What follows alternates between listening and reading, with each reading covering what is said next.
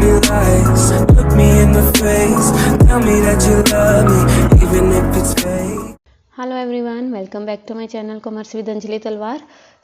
आज हम अपना लास्ट टॉपिक कर रहे हैं लॉ ऑफ डिमांड वाले चैप्टर का, that is change in quantity demand and change in demand, जिसको हम क्या कहते हैं, movement along demand curve and shift in demand curve.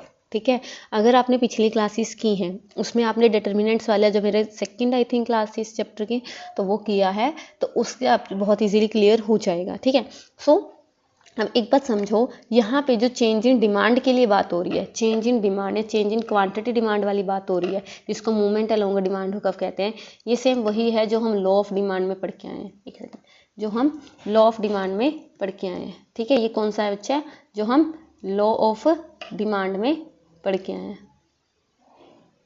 ये बात समझ आई, इजी। तो जो चेंज इन क्वांटिटी डिमांड की बात आएगी या मूवमेंट अलोंग डिमांड कर्व की बात आएगी, इसका मतलब क्या है, प्राइस के इंक्रीज होने से डिमांड का डिक्रीज होना या प्राइस के डिक्रीज होने से डिमांड का इंक्रीज होना। ये दो तरह से होता है। कैसे कैसे, extension and contraction of demand, ये भी समझाती हूँ। ये बात समझ आई। लेकिन जब बात आएगी चेंज इन डिमांड की या शिफ्ट इन डिमांड कर्व, ये दोनों सेम है, change in demand, shift in demand curve. तो जो हमने अदर थिंग्स रिमेन कांस्टेंट पढ़ा था, मतलब बाकी फैक्टर्स, तो बाकी फैक्टर्स की वजह से जो चेंजेस आते हैं वो किस में आएगा, शिफ्ट इन डिमांड। ये बात समझो, बाकी फैक्टर्स जो है डिमांड के, इसमें ना मेरी हैंडराइटिंग बिल्कुल अच्छी नहीं आती, मुझे इससे जज मत करना। ठीक है, तो जो बाकी फैक्टर्स हैं उनकी वजह से जो मतलब कि चेंजेस आएंगे प्राइस डिमांड में, तो वो चीज़ किस में आएगी, चेंज इन डिमांड या शिफ्ट इन डिमांड कर्व में। ये बात समझ आई, इजी हो जाएगा। चलिए स्टार्ट करते हैं इसको। So let's start with movement along demand curve या चेंज इन क्वांटिटी डिमांडेड। तो कहता है व्हेन ड्यू टू, देखो जो मैंने अभी बताया आपको, when due to, wait for why, हाँ, when due to change in own price. इसमें इंपॉर्टेंट क्या है, सिर्फ प्राइस की वजह से किसी चीज़ की क्वांटिटी डिमांड में चेंज आता है तो उसको हम क्या कहते हैं, सेम डिमांड में डिफरेंट पॉइंट्स पे मतलब जो है दिखाते हैं, तो इसको हम कहते हैं मूवमेंट अलोंग डिमांड कर्व। कि एक ही डिमांड कर्व बनेगी तो लेकिन उसमें अलग अलग पॉइंट पे अलग अलग हम डिमांड शो कर देंगे। ठीक है, so increase in quantity demanded of a commodity due to fall in its price is known as extension of demand, और decrease in quantity demanded due to rise in its price is known as contraction of demand. देखो easily समझा देती हूँ। तो extension क्या होगा, मुझे खुद बताओ। किसी चीज़ का एक्सटेंशन मतलब बढ़ना, तो एक्सटेंशन क्या होगा, डिमांड का बढ़ना। किस वजह से, प्राइस के कम होने की वजह से। तो जब प्राइस के कम होने की वजह से डिमांड बढ़ेगी उसको कहते हैं एक्सटेंशन। और वहीं पे कॉन्ट्रैक्शन, कॉन्ट्रैक्शन क्या होगा, किसी चीज़ का कम होना। प्राइस क्या होगा, सॉरी, कॉन्ट्रैक्शन क्या होगा, किसी चीज़ का कम होना। तो मुझे एक बात बताओ, डिमांड कम कब होगी, जब प्राइस बढ़ेगी। तो प्राइस के बढ़ने की वजह से जब डिमांड कम हुई तो उसको हम क्या कहेंगे, कॉन्ट्रैक्शन। क्या कहेंगे, कॉन्ट्रैक्शन। समझ आया। तो यहाँ पे एक बात जो आपको यहीं पे क्लियर करनी है वो क्या है बच्चे, वो ये है, change in quantity demanded is equal to movement along demand curve is equal to, इसके आगे दो पार्ट्स हैं, is equal to law of demand, इसके दो पार्ट्स हैं, extension of demand and contraction of demand. Extension of demand refers to increase in demand due to fall in prices. Contraction of demand refers to decrease in demand due to increase in the price of the commodity. ये बात समझ आई। Other things remaining constant, बाकी चीजें यहाँ पे अभी क्या है, कांस्टेंट है, ओनली प्राइस से क्या हो रहा है, इफेक्ट हो रहा है, उसको हम क्या कहते हैं, मूवमेंट। और अगर यहीं पे मैं शिफ्ट की बात कर दूं, शिफ्ट मतलब चेंज इन डिमांड या शिफ्ट इन डिमांड कब, अगर मैं इसकी बात करती हूँ, चेंज इन या शिफ्ट इन डिमांड का, तो इसमें दो आएंगे, increase in demand and decrease in demand. ये ध्यान रखना। इंक्रीज इन डिमांड का मतलब क्या है, डिमांड का इंक्रीज होना अदर फैक्टर्स की वजह से, प्राइजेस कांस्टेंट रहेंगे। यहाँ पे हमें सबसे इंपॉर्टेंट क्या है कि प्राइस में कोई चेंज नहीं आएगा। सबसे इंपॉर्टेंट क्या है, प्राइस में कोई चेंज नहीं आएगा। और डिक्रीज इन डिमांड क्या होगी, डिमांड का कम होना, अदर फैक्टर्स की वजह से प्राइस में कोई चेंज नहीं आएगा। ये ध्यान रखना। Okay, let's start it. ये देखिए, अगर इसको हम बेसिकली बिल्कुल बुकिश लैंग्वेज में पढ़ते हैं तो मूवमेंट अलोंग डिमांड कम या चेंज क्या है, वही सेम। मूवमेंट जो है एक्सटेंशन और कॉन्ट्रैक्शन दो पार्ट्स में डिवाइडेड है। एक्सटेंशन का मतलब डिमांड का बढ़ना प्राइजेस के कम होने की वजह से, और कॉन्ट्रैक्शन का मतलब डिमांड का कम होना प्राइजेस के इंक्रीज होने की वजह से। और अगर वहीं पे मैं शिफ्ट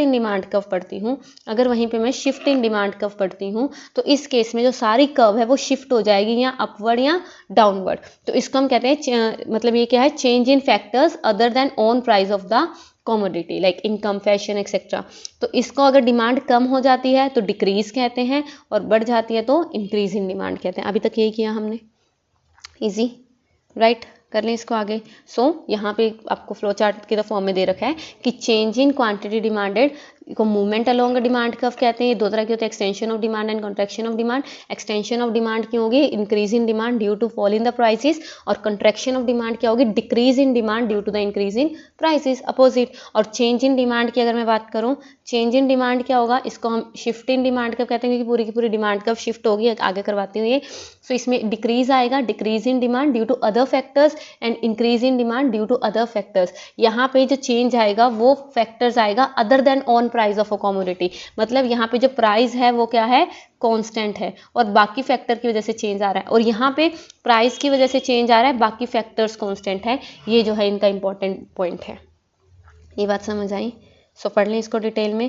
एक्सटेंशन तो बहुत इजी है। एक्सटेंशन ऑफ डिमांड जो हम लॉ ऑफ डिमांड में पढ़ते हैं, देखो यहाँ पे क्या होगा, डिमांड बढ़ रही है, 1 से 5 हो रही है due to fall in prices. तो इसको जब मैं ग्राफ की फॉर्म में शो करूँगी तो डाउनवर्ड शिफ्ट होगा, ठीक है, डाउनवर्ड आएगा। पहले यहाँ पे मतलब वही है 1 से 5 बना के, तो उस अकॉर्डिंग आपका डाउनवर्ड आ जाएगा। इजी है। Contraction of demand, contraction of demand में क्या होगा, डिमांड का कम होना प्राइसेस बढ़ने की वजह से। अब यहाँ पे प्राइसेस बढ़ रहे हैं और जो डिमांड है वो कम हो रही है। ये बात समझ आई? इजी है। जो हम पूरा लॉ ऑफ डिमांड पढ़ते आए हैं वही है सेम। अब यहाँ पे आता है इंक्रीज इन डिमांड और डिक्रीज इन डिमांड। अब यहाँ पे प्राइजेस तो सेम है, अब खुद दिमाग लगाओ। यहाँ पे प्राइजेस तो वही हैं 10 एंड 10, लेकिन डिमांड बढ़ गई। इंक्रीज इन डिमांड का मतलब प्राइजेस तो सेम है लेकिन डिमांड बढ़ गई। तो अगर प्राइस सेम है तो लाइन तो यही रहेगी, बस डिमांड बढ़ रही है तो एक और डिमांड बढ़ गई, तो इसीलिए इसको शिफ्ट कहते हैं और इंक्रीज कहते हैं। ये बात समझ आई? पूरी की पूरी लाइन दोबारा बनेगी पैरेलल, तो वो चीज़ शिफ्ट में आएगी। समझ आया? और डिक्रीज इन डिमांड में क्या होगा, डिक्रीज इन डिमांड में क्या होगा बेटा, देखो अब इंक्रीज इन डिमांड के कॉजेज रह गए। अब इन डिमांड इंक्रीज क्यों हो सकती है, खुद सोचो। अगर किसी की इनकम बढ़ जाए, when the income of the consumer increases, other than price देखना है यहाँ पे, सब्सटीट्यूट गुड्स के प्राइस इंक्रीज हो जाए, कॉम्प्लीमेंट्री गुड्स के प्राइस डिक्रीज हो जाए, टेस्ट एंड प्रेफरेंस शिफ्ट हो जाए हमारे फेवर में, या गुड्स की अवेलेबिलिटी एक्सपेक्ट है कि कल को क्या है, रिड्यूस हो जाए कि मिलेंगे नहीं कल को ये गुड्स, तो इस टाइम हम डिमांड बढ़ा देते हैं। तो ये रीजंस हैं जिसकी वजह से हमारी डिमांड है बढ़ सकती है। और डिक्रीज इन डिमांड का मतलब क्या है कि प्राइजेस सेम रहेंगे। देखो प्राइजेस वही 10 एंड 10 है, लेकिन क्वांटिटी डिमांड हमारी डिक्रीज हो गई, 30 से 20 हो गई। तो ये हमारी पीछे की तरफ डिक्रीज हो गई, डिमांड पूरी की पूरी शिफ्ट होगी। और इसके रीजंस क्या होंगे, वही सेम उल्टे, बस इनकम कम हो जाएगी, ठीक है, इनकम क्या हो जाएगी, इनकम कम हो जाएगी, प्राइस सब्सटीट्यूट गुड के डिक्रीज हो जाएंगे, कॉम्प्लीमेंट्री गुड्स के इंक्रीज हो जाएंगे, टेस्ट एंड प्रेफरेंस, अब ये substitute complementary availability expectations taste and preference, ये सारे पॉइंट्स हमने डिटरमिनेंट्स वाले चैप्टर में बहुत इजीली बहुत डिटेल में कवर किए हैं, है ना, उसी में से ही करना है, इजी। इसका रह गया डिफरेंस, ये करो और आज की क्लास आपकी क्लास खत्म, ठीक है। मूवमेंट अलोंग डिमांड कर्व का मतलब क्या है, मूवमेंट अलोंग डिमांड का मतलब एक ही डिमांड कर्व बनेगी, उसी में 2 पॉइंट पर अलग अलग डिमांड हम दिखाते हैं। तो ये लॉ ऑफ डिमांड वाला हो गया।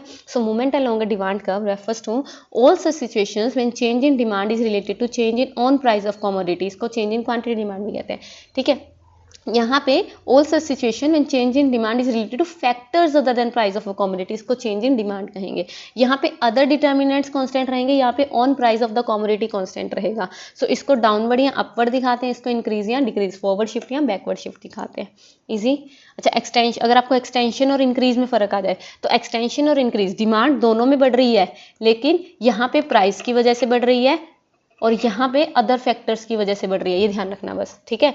देखो, extension of demand refers to increase in quantity demanded due to decrease in own price of commodity, और यहाँ पे increase in demand refers to increase in quantity demanded even when own price of the commodity is constant, है ना। तो इसके assumption ये है other things remaining constant, इसके असम्पशन ये है कि own price of the commodity remaining constant. इससे डाउनवर्ड मूवमेंट होती है, इससे जो है फॉरवर्ड शिफ्ट आता है, इजी, डायग्रामेटिकली इजी इजी। और last one is contraction and decrease, ये भी सेम है। कॉन्ट्रैक्शन का मतलब भी डिमांड कम हो रही है, डिक्रीज का मतलब, लेकिन ये प्राइस बढ़ने की वजह से डिक्रीज हो रही है और ये अदर फैक्टर्स की वजह से क्या हो रही है, डिक्रीज हो रही है, समझ आया। contraction of demand refers to decrease in quantity demanded due to increase in on price of commodity, and decrease in demand refers to decrease in quantity demanded even when on price of the commodity is constant। इसमें हम assume करते हैं कि सारे factors जो हैं other than price constant हैं, यहाँ पे price अकेला ही constant है और इससे upward shift आता है और ये backward movement होती है, इसकी backward shift आता है, right? समझ आया? सो इसको कीजिए। अब आपके छोटे छोटे से टॉपिक रह गए इस चैप्टर के, वो कंप्लीट करेंगे नेक्स्ट क्लास में। एक क्लास और होगी और आपका ये चैप्टर जो है कंप्लीट हो जाएगा। तब तक के लिए कीजिए। Thank you so much. Tell me pretty lies, look me in the face. Tell me that you love me,